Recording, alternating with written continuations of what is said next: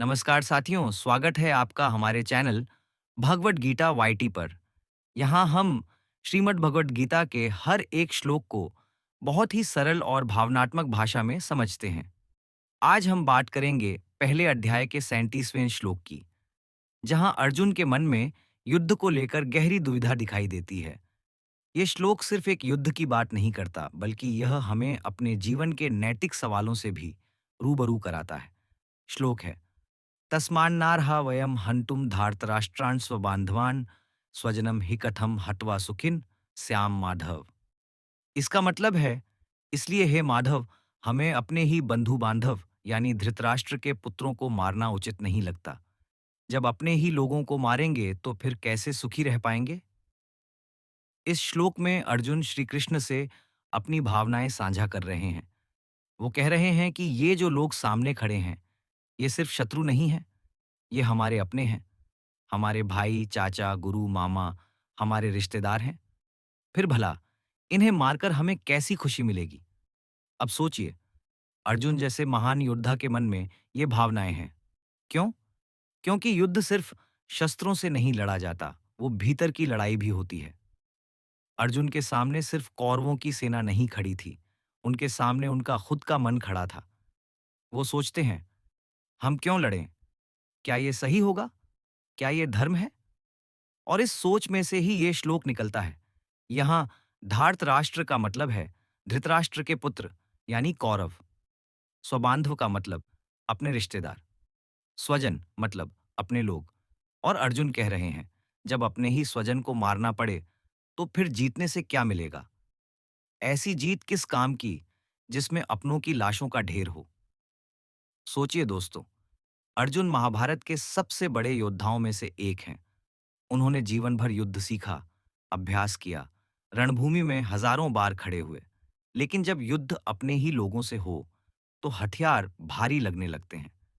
ये स्थिति हम सबके जीवन में भी कभी ना कभी आती है, जब हमें सही गलत के बीच नहीं, बल्कि सही और भी ज्यादा सही में चुनाव करना पड़ता है।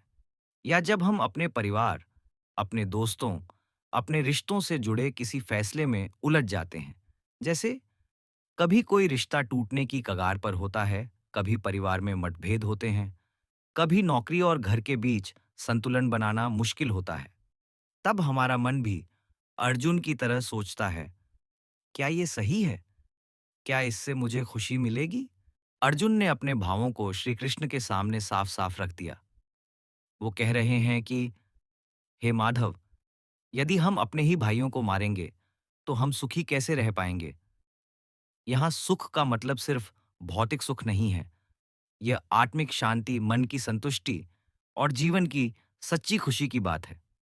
यह श्लोक हमें यह भी सिखाता है कि भावनाएं कमजोर होने की निशानी नहीं है, बल्कि जो व्यक्ति अपने भीतर की भावनाओं को समझता है, जो सवाल उठाता है कि क्या सही है, वही वास्तव में समझदार है। अर्जुन यहाँ युद्ध से भाग नहीं रहे, वो बस सोच रहे हैं, समझना चाह रहे हैं कि यह जो रास्ता वो लेने जा रहे हैं, क्या वो वास्तव में धर्म का रास्ता है। यह सवाल हम सभी को भी खुद से पूछना चाहिए। क्या हम जो कर रहे हैं वो सही है? क्या हमारे फैसले दूसरों को नुकसान तो नहीं पहुंचा रहे? क्या हमारे कदमों से किसी अपने को दुख तो नहीं हो रहा? श्री कृष्ण इस श्लोक के जवाब में आने वाले श्लोकों में अर्जुन को सही रास्ता दिखाते हैं। लेकिन यह बात हमें आज समझनी है कि जब भी कोई बड़ा फैसला लेना हो, तो थोड़ी देर के लिए रुककर, सोचकर, अपने अंदर झांककर निर्णय लेना चाहिए। जीत सिर्फ तब सार्थक होती है जब उसमें इंसानियत बची हो। यदि हम अपनी सफलता के रास्ते में अपने ही लोगों को खो दें, तो वो जीत एक बोझ बन जाती है। तो साथियों, इस श्लोक के माध्यम से अर्जुन हम सबको यही सिखा रहे हैं। भावनाएं होना कमजोरी नहीं है, बल्कि यह दर्शाता है कि हमारे भीतर संवेदनशीलता है, सोचने की ताकत है। और जब सही मार्गदर्शन मिले, तो वही भावनाएं हमें मजबूत बना सकती हैं। सोचिए दोस्तों, क्या आपने कभी ऐसा समय महसूस किया है जब एक ओर आपका कर्तव्य खड़ा था और दूसरी ओर आपके रिश्ते, भावनाएं और अपने लोग। मान लीजिए, आप किसी कंपनी में काम करते हैं। वहां आपको कहा गया कि किसी कर्मचारी को निकाल दीजिए, क्योंकि वो अब कंपनी के लिए लाभकारी नहीं रहा। लेकिन आपको पता है कि वो व्यक्ति ईमानदार है, मेहनती है। आप जानते हैं कि उसके परिवार को उस नौकरी की कितनी ज़रूरत है। अब आप धर्म संकट में आ जाते हैं। कर्तव्य कहता है, कंपनी के हित में काम करो। दिल कहता है, इंसानियत सबसे ऊपर है। अर्जुन की स्थिति भी कुछ ऐसी ही है। वो युद्ध भूमि में खड़ा है। धर्म का युद्ध कहाँ जा रहा है, लेकिन भावनाएं आड़े आ रही हैं। उसका मन कहता है, ये युद्ध धर्म की स्थापना के लिए है, लेकिन धर्म के नाम पर अधर्म तो नहीं हो रहा। क्या किसी अपने को मार देना धर्म हो सकता है? क्या रिश्तों की हत्या करके कोई जीत पाई जा सकती है? क्या ऐसा कोई राज्य है जो खून के आंसू पोंछ सके?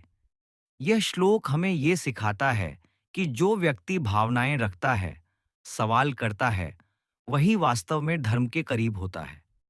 अर्जुन का ये कहना कि हमें अपने ही बंधु बांधवों को मारना उचित नहीं लगता, ये उसकी कमजोरी नहीं, उसकी संवेदनशीलता है। ये दिखाता है कि वो सिर्फ एक योद्धा नहीं है, वो एक सोचने वाला, महसूस करने वाला, विचारशील इंसान भी है। आज की दुनिया में भी हम हर रोज ऐसे युद्ध लड़ते हैं। कभी अपनों के साथ विचारों का टकराव होता है, कभी घर में, कभी दफ्तर में, कभी समाज में। लेकिन क्या हर टकराव का जवाब सिर्फ लड़ाई होता है? क्या जीत का मतलब हमेशा सामने वाले को हराना होता है? या कभी-कभी खुद को समझाना, अपनी भावनाओं को शांति से संभालना भी जीत होती है? अर्जुन यहाँ सिर्फ युद्ध से बचना नहीं चाह रहा, वो उस अंधी विजय से बचना चाहता है जिसमें अपनी ही जड़ें कट जाती हैं। एक राज्य तो मिल जाएगा, लेकिन क्या उस राज्य में चैन की नींद आएगी? क्या उस सिंहासन पर बैठकर दिल खुश रहेगा? नहीं, क्योंकि हर तरफ वही लोग नहीं होंगे जिनके साथ वो हंसता था, जीता था, लड़ता था, बांटता था। स्वजन के बिना स्वर्ग भी सूना होता है।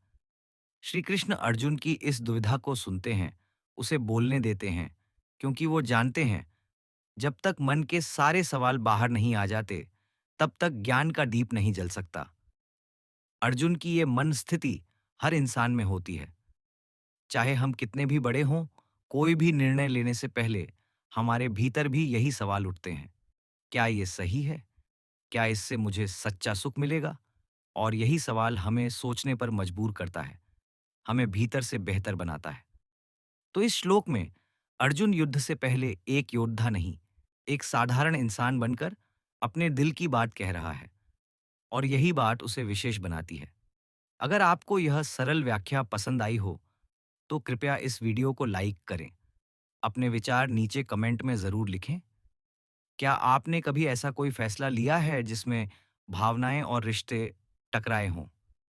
वीडियो को अपने मित्रों और परिवार के साथ शेयर करें, और ऐसे ही सरल और सच्चे ज्ञान के लिए हमारे चैनल भगवड गीता वाईटी को सब्सक्राइब करना बिल्कुल न भूलें। मिलते हैं अगले श्लोक में, जहां श्री कृष्ण अर्जुन को जीवन के सबसे गहरे रहस्य समझाने जा रहे हैं। जय श्री कृष्ण।